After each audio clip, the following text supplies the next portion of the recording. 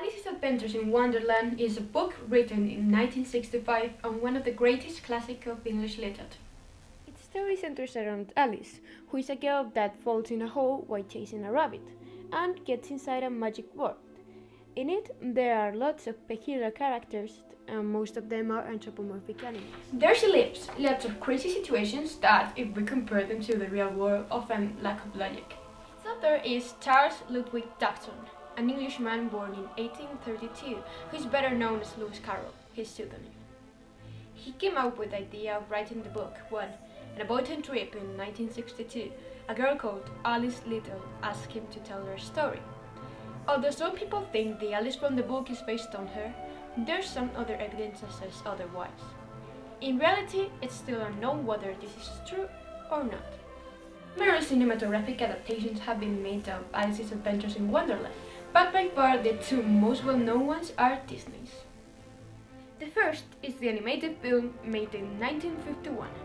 It was directed by Clyde Geronimi, Wilfred Jackson, and Hamilton Luske.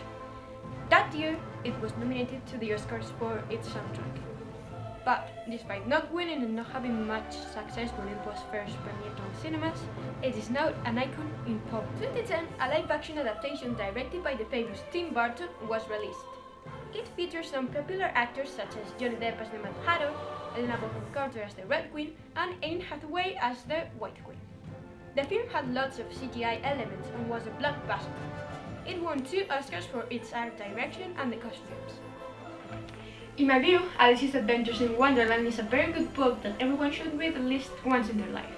Not only for the story itself, but also to understand why it is so relevant today.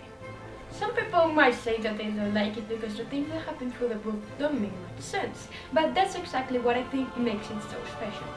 It's nothing too serious, just a book with fantastic scenarios that remind me of fairy tales I used to read as a kid, but with a deeper meaning if you decide to pay close attention. To finish, I would like to say 2 of my favorite quotes from it.